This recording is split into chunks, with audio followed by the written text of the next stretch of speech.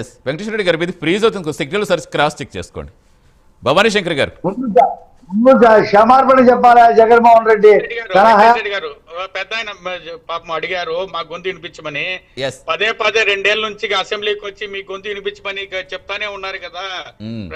ప్రతి సీఎం గారి కానీ డిప్యూటీ సీఎం గారి అందరూ అడుగుతున్నారు కదా, స్పీకర్ నుంచి అందరూ అసెంబ్లీకి రండి, మీ గొంతు వినిపించండి, ప్రజల సమస్యలు డిస్కస్ చేయండి అని. మీరు పబ్లిక్ లో వచ్చి నేరుగా అడిగి చెప్పండి, మీకు కావాల్సినంత టైం కూడా ఇస్తామని చెప్తున్నారు కదా. ఇప్పుడు ఢిల్లీ పోయి హక్కుల గురించి కంప్లైంట్ చేశారు. హక్కులు అంటే మీరు హక్కుల గురించి మాట్లాడే అర్హత మనకుందా లేదా ముందుగానే ఆలోచించుకోవాలా. పోయిన మీ గవర్నమెంట్ లో కనీసం పంచాయతీల్లో నామినేషన్ చేసేదానికి, పంచాయతీ వార్డు నెంబర్ నామినేషన్ దానికన్నా మీరు రైట్ కల్పించారా? ఎంత దౌర్జన్యం చేసి యునానిమస్ గా అందరినీ అనౌన్స్ చేయించి ఆపోజిట్ వేసిన ప్రతిపక్ష పార్టీలు వేసిన అందరి నామినేషన్ చింపేసి అన్ని స్కూటీల్లో క్యాన్సిల్ చేయించి అన్ని మీరు దౌర్జన్యంగా చేసినారా లేదా? అది హక్కుల్ని చేసుకోవడం అంటే. హక్కులు ఇక్కడ మీరు ఇష్టానురాజ్యంగా మీరు ప్రజల యొక్క హక్కులు మీరు మిస్గైడ్ చేసి దాన్ని తప్పుదారి పట్టించి హక్కుల గురించి మళ్ళీ ఇప్పుడు మీరు మాట్లాడుతున్నారు. ఇప్పుడు ఈ 2 ఏళ్ల నుంచి ప్రజల యొక్క హక్కు కానీ ప్రతిపక్ష నాయకుల హక్కులు కానీ ఎక్కడ కానీ ఈ మా యొక్క కూటమి గవర్నమెంట్ అడ్డుపడలేదే. ప్రతి ఒక్క అవకాశం ఇస్తా ఉంది, ప్రతిపక్ష హోదాలో కానీ ప్రతిపక్ష దీంట్లో కానీ ప్రతి ఒక్క అవకాశం ఇస్తాను మీరు మాట్లాడండి. మీరు ఎందుకు దాన్ని సద్వినియోగం చేసుకోకుండా అరాచకాలు సృష్టిస్తున్నారు? ఎందుకు అభివృద్ధి దీంట్లో మీరు కలిసి రావడం లేదు? ఎందుకు మీరు అన్నిటికీ అడ్డు చెప్తున్నారు? ప్రతి ఒక్కదానికి ఏదో ఒక ఇష్యూ చేసి దాన్ని పెద్ద చేసి దాంట్లో ఒక భయప్రాంతులు క్రియేట్ చేసి దాన్ని ఏమో జరిగిపోతుంది ప్రజల్లో నెగిటివ్ థాట్ తెప్పించి ప్రజలు తప్పుదారి పట్టించి ఏదో మేము మా ఉనికిని పేడ పోగొట్టుకుంటున్నామని ఉద్దేశంతో చేస్తున్నారు. కానీ మీరు ఈ విధంగా చేసి 11 కూడా ఈసారి రావు మీకు. ఈ 11 అనే సీట్లు కూడా మీకు రావు మీరు ఈ విధంగా చేశారు. ఇప్పటికే ప్రజలకి ఇంత ముందులాగా కాదు, ఇప్పుడు టెక్నాలజీ పెరిగింది, కొత్త టెక్నాలజీలు వస్తున్నాయి. కన్ను తెచ్చే లోపల ప్రజలు అదే భవానీ శంకర్ గారు నేను అడిగేది అదే. ఇప్పుడు గతంలో కాదు, ఇప్పుడు ఏం మాట్లాడామో, కొద్దిసేపు మనం ఏం మాట్లాడామో, నిన్నేం మాట్లాడామో, రేపేం మాట్లాడామో, ప్రతిదీ ఆఫ్ ది రికార్డ్, ప్రతి సామాన్యుడి దగ్గర ఉంటుంది. కాదు ప్రతి సామాన్యుడి దగ్గర ఉంటుంది.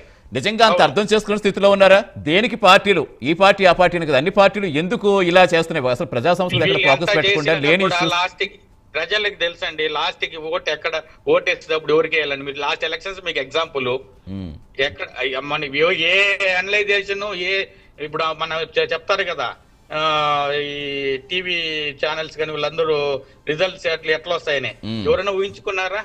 ఎంత ప్రజల్లో ఇది ఉంటే ఆ విధంగా వస్తారు చెప్పండి. 160 సీట్లు రావడం అంటే మీరే ఆలోచించండి. 11 సీట్లతో పరిమితం చేశారంటే వాళ్ళని. ప్రజలు అంత అమాయకులు కాదండి, గమనిస్తా ఉన్నారు. ఊరికే ఇప్పుడు ఉంటారు నాయకులు ఉంటారు, డబ్బు ఉంది. మన రవి అన్న గారు చెప్పినట్టు డబ్బులు ఇచ్చి జనాలు తొలగించుకోవచ్చు, అది కాదు సమస్య. కాకపోతే ప్రజల్లో మనం ఏం చేస్తున్నాం, ప్రజల తరపున ఏ విషయంగా మాట్లాడుతున్నాం, ప్రజల తరపున ఏ సమస్యల గురించి మాట్లాడుతున్నాం అనేది అడిగిపోతే అప్పుడు ప్రజలు నిజంగా మన సమస్య గురించి లేవనొచ్చు. ఈ ఫ్లెక్సీల గురించి ఇదేందో పెద్ద సమస్యలాగా దీనికోసం ఆయన తాడేపల్లి నుంచి 5 గంటల సేపు అంత పెద్ద ర్యాలీ వేసుకొని స్వాతంత్ర సమరయోధుడికి ఏమో జరిగిపోయినట్లు ఎంతో మంది దేశభక్తులు భారత బార్డర్ లో జవాన్లు ఎంతమంది తన ప్రాణాలు అర్పిస్తున్నారు. అట్లాంటి వాళ్ళు నివాళులు అర్పించమని చెప్పండి. ఒకరోజు ఇంటి బయటకు వచ్చి నిలబెట్టుకు నివాళులు అర్పించమని చెప్పండి. మన సైనికులకి ఎంతమంది బార్డర్ లో చనిపోతా ఉంటారు. ఎవరైనా ఎప్పుడైనా వచ్చారు వాళ్ళకి సంతాపం కానీ తెలిపారా? అది లేదు. వీళ్ళ ఉనికిని కాపాడు కోసం ప్రజలతో ఆడుకుంటారు, ప్రజల జీవితాలతో ఆడుకుంటున్నారు, రాష్ట్ర భవిష్యత్తును దెబ్బతీస్తున్నారు, రాష్ట్ర అభివృద్ధిని దెబ్బతీస్తున్నారు. గమనించాలి. దాని గురించి ఆలోచించి దాని ప్రకారంగా మీ పార్టీ నాయకులు చెప్పి దాని ప్రకారం పొమ్మని చెప్పండి. అంతేగాని ఏదో ఒక ఇష్యూ ఎత్తుకొని ఆయన యొక్క అంబటి గురించి ఇంకా మేము చెప్పకూడదు. మీరు ఏదో చెప్పారు శ్రీధర్ అని అది అనేది. అంబటి రాంబాబు గురించి ఎత్తుకుంటే ఆయన కూడా మంచి స్టోరీనే ఉంది, ఆయనేమే చిన్నపిల్లోడు కాదు. కాకపోతే మేము పర్సనల్ సత్తా మేము మాట్లాడాం కాబట్టి చెప్తున్నాం.